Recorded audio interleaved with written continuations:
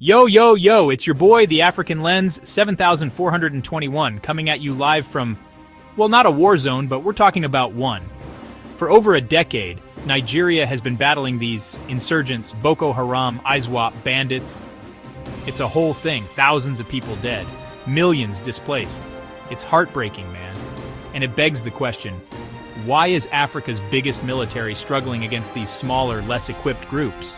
I mean, come on, it's like bringing a tank to a knife fight and still getting cut. But hey, I'm not here to just point out the problems, right? We're all about solutions here. So in this video, we're going to break down exactly how Nigeria can defeat these insurgents. We're talking military tactics, community involvement, long-term reforms, the whole shebang. This isn't just about winning a war, people.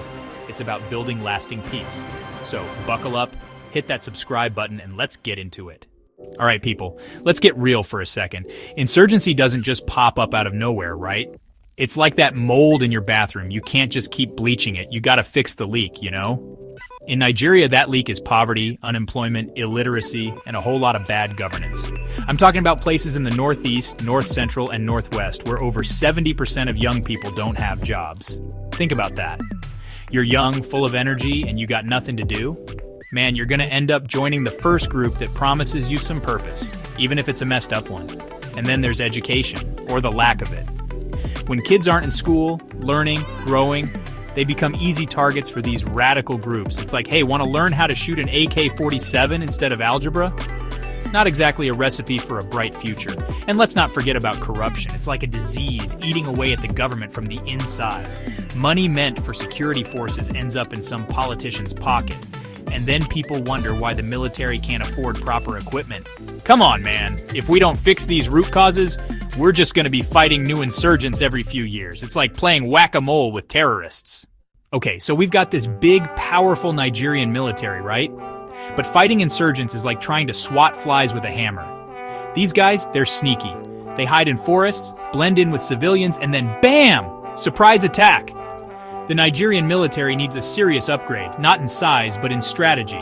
We're talking about moving away from brute force and embracing technology and intelligence. Drones, people. Drones. They're like the eyes in the sky, tracking these insurgents, giving our soldiers the upper hand. And it's not just about fancy gadgets. We need intelligence-led raids. No more random deployments, just wandering around the bush, hoping to bump into some bad guys. We need to know where they are, who they are, and hit them with precision. And let's talk about training. Our soldiers need to be experts in guerrilla warfare, forest combat, the whole 9 yards. They need to be able to think like the enemy, anticipate their moves, and outmaneuver them at every turn. Oh, and one more thing, morale, people. Our soldiers risk their lives every day.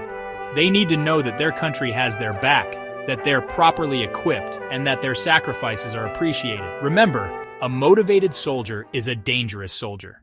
You know what they say, it takes a village to raise a child. And apparently, it takes a community to defeat insurgents. And that's where the Civilian Joint Task Force, the CJTF, comes in. These are everyday Nigerians. People who know their communities like the back of their hands, who are stepping up and saying, not in my backyard. They're providing intelligence, they're protecting their neighborhoods, and they're working side by side with the military. Talk about bravery. But they need our support. We need to empower the CJTF, give them the resources, the training, and the legal framework to operate effectively. And then there are the local vigilante groups. Now, I know what you're thinking. Vigilantes? Isn't that a bit Wild West? And yeah, it can be tricky. But these groups, they know the terrain, they know the people, and they're often the first line of defense against insurgents. The key is regulation. We need to make sure these groups are properly trained, vetted, and held accountable for their actions. We can't have them running around like cowboys, taking the law into their own hands. But with the right oversight, they can be a powerful force for good. Let's be real, folks. We can win every battle, but if we don't address the underlying issues, the war will never truly be over. It's like putting a band-aid on a bullet wound. We need long-term solutions. These insurgents, they prey on the poor, the hopeless, the young people who feel like they have no future. So what do? We give them a future. We invest in education, people. We need mass literacy drives, free primary and secondary education, and affordable access to higher education. And it's not just about books and classrooms. We need to create jobs, opportunities, a reason for young people to believe in a brighter future. We're talking about investing in agriculture, creating tech hubs, supporting small businesses. We need to unleash the incredible potential of Nigeria's youth. And of course, none of this is possible without good governance. We need to kick corruption to the curb, improve local services, and build trust between the government and the people. When people have faith in their leaders, when they believe that their voices are heard, that's when real change can happen. Look, Nigeria isn't the first country to deal with insurgency, right? It's like that annoying song that keeps getting recycled. But hey, that means we can learn from others who've walked this path before us. Take Iraq, for example.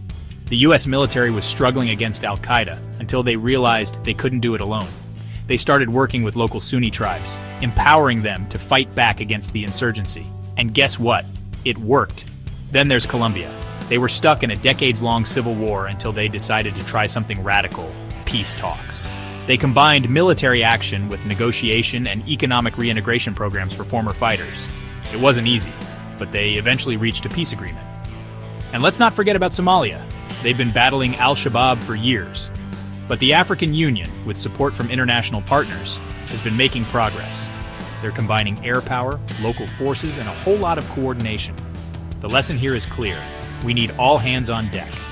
Regional cooperation, international support, sharing intelligence, and coordinating strategies. These are all crucial for success. So there you have it, folks. Conquering insurgency in Nigeria is not a quick fix. It's a long game. It's about addressing the root causes, empowering communities, and building a future where violence is no longer an option. We need a multi-layered approach. We need a smart, agile military that can adapt to the changing tactics of the insurgents. We need to work hand in hand with communities, empowering them to protect themselves and provide vital intelligence. We need to invest in our youth, give them the education, the jobs, and the opportunities they deserve. And we need a government that is accountable, transparent, and truly works for the people. This isn't just the government's problem, it's our problem. It's time for all Nigerians to come together, to put aside our differences, and work towards a common goal: a peaceful and prosperous Nigeria. So there you have it, people. The blueprint for peace in Nigeria. It's not going to be easy. It's going to take time, resources, and a whole lot of commitment. But hey, if we can get those Nigerian princes to stop emailing us about their fortunes, we can do anything, right? But seriously, folks, this is a conversation that needs to continue. What do you think Nigeria should do to end insurgency for good? Hit me up in the comments below. Let's keep this dialogue going. And if you found this video helpful, insightful, or just mildly entertaining, do me a favor and subscribe now. Like and click the notification button for notification as soon as we upload new content, and let's knock on the doors of truth together. And share this video with your friends. Let's spread the word, not the violence. Peace out.